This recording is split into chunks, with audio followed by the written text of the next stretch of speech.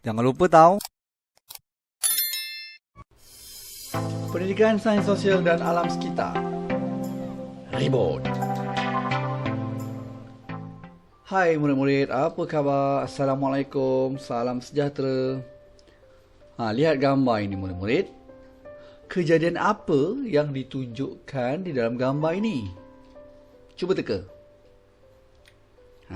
Kejadian di atas ialah kejadian ribut. Kejadian ini berlaku apabila angin bertiup dengan kencang. Tengok tu, gambar tu menunjukkan pokok tu bergoyang. Daunnya ditiup angin dengan kuat. Kejadian ini akan menerbangkan objek, memusnahkan harta benda, mendatangkan kecederaan dan boleh menyebabkan kehilangan nyawa. Bila angin bertiup terlalu kuat, angin tersebut boleh menerbangkan objek-objek ringan ataupun objek yang tidak kukuh, tidak diikat kuat. Seperti kertas, kotak-kotak, zinc, bumbung rumah. Semuanya boleh berterbangan kalau ditiup dengan angin yang kuat.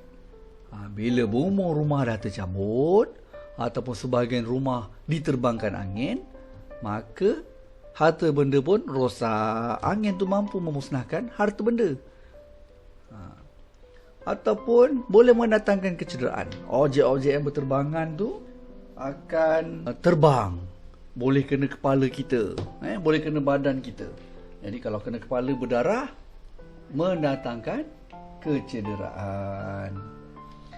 Dan silap-silap boleh menyebabkan kehilangan nyawa. Ialah bila kamu berdarah kepala kamu ataupun pokok tombang, hempap kenderaan, dalam kenderaan ada orang, kemalangan berlaku, boleh menyebabkan kehilangan nyawa. Jadi ribut ini walaupun angin kuat sahaja, sebenarnya dia boleh mendatangkan musibah ataupun bencana kepada kita, kepada manusia. Jadi murid-murid, kita telah mempelajari tajuk-tajuk berkaitan ribut sebelum ini. Jadi kita perlu sentiasa bersedia, sama ada sebelum ribut berlaku, semasa ribut berlaku ataupun selepas ribut berlaku. Murid-murid, sebelum ribut berlaku, apa yang perlu kamu buat? Sebelum berlaku ribut, jangan ke mana-mana dan berada di tempat selamat. Contohnya, kamu boleh tengok ramalan kajian cuaca. Contoh dia kata, pada sebelah petang akan berlaku ribut peti di kawasan Johor. Jadi kamu jangan ke mana-mana. Rancang perjalanan kamu dan pastikan berada di tempat selamat. Ataupun kamu dah duduk kat padang, kamu tengok, angin kuat lain macam ni. Bahaya ni, macam angin kuat je, nak ribut je. Jadi jangan pergi mana-mana, terus berada di tempat selamat. Masuk dalam rumah ataupun duduk di kawasan yang selamat, seperti di dewan, di rumah. Jangan duduk bawah pokok, jangan duduk bawah pondok yang dah uzur, pondok yang dah tak kuat. Jadi bila semasa ribut berlaku, apa yang kamu perlu lakukan?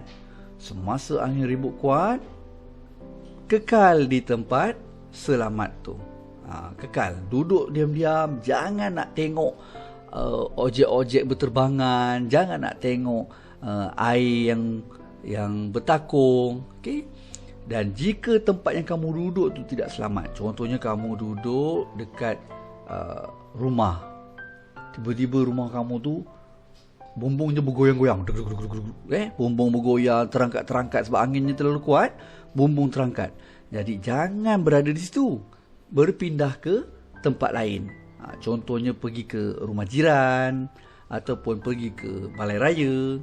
Segera dapatkan perlindungan. Jangan duduk di dalam rumah yang kamu tengok bergoyang-goyang, dijangka boleh roboh, kamu duduk diam-diam dalam rumah tu, bahaya. Jadi kalau tempat yang kamu duduk tu tidak selamat, pindah tempat, pergi tempat lain. Pastikan kamu berada di tempat yang selamat. Dan apabila berlaku selepas ribut?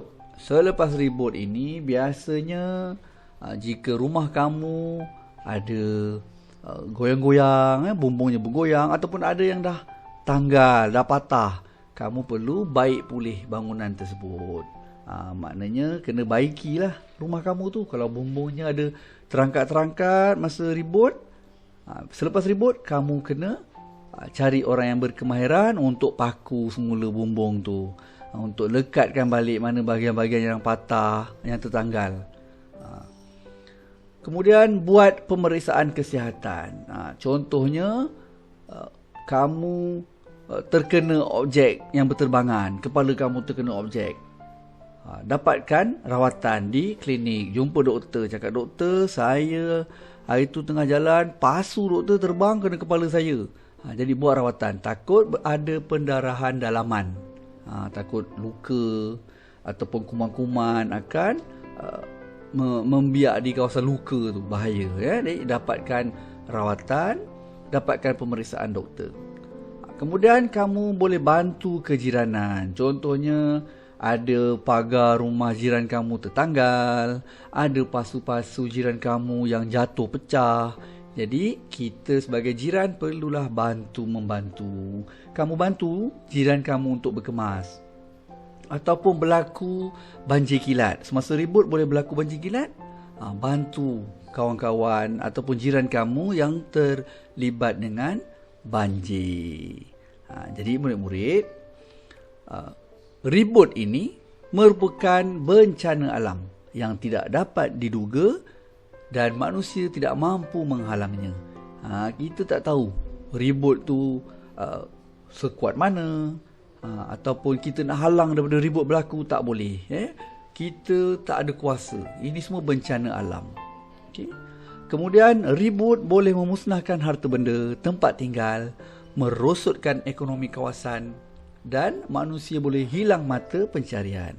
Bila berlaku ribut yang sangat teruk, kemungkinan pokok-pokok tumbang, pokok tumbang hempap kedai-kedai. Jadi peniaga tak boleh nak berniaga. Kedai dah kena hempap dengan pokok. Jadi dia akan mengganggu ekonomi, merosotkan ekonomi. Orang dah tak boleh berniaga, jadi hilanglah mata pencarian. Kemudian manusia perlulah bersiap sedia dan percaya ia ditentukan Tuhan dengan hikmah tertentu. Kita kena bersedia. Macam cikgu cakap tadi, bersedia sebelum ribut berlaku, semasa ribut berlaku dan selepas ribut berlaku. Jadi murid-murid, kita telah habis tajuk berkaitan dengan ribut. Jadi cikgu harap kamu dapat manfaat daripada tajuk yang telah kita pelajari ini. Baiklah murid-murid, cikgu nak kamu siapkan lembaran kerja yang telah cikgu berikan. Dan jumpa lagi. Bye.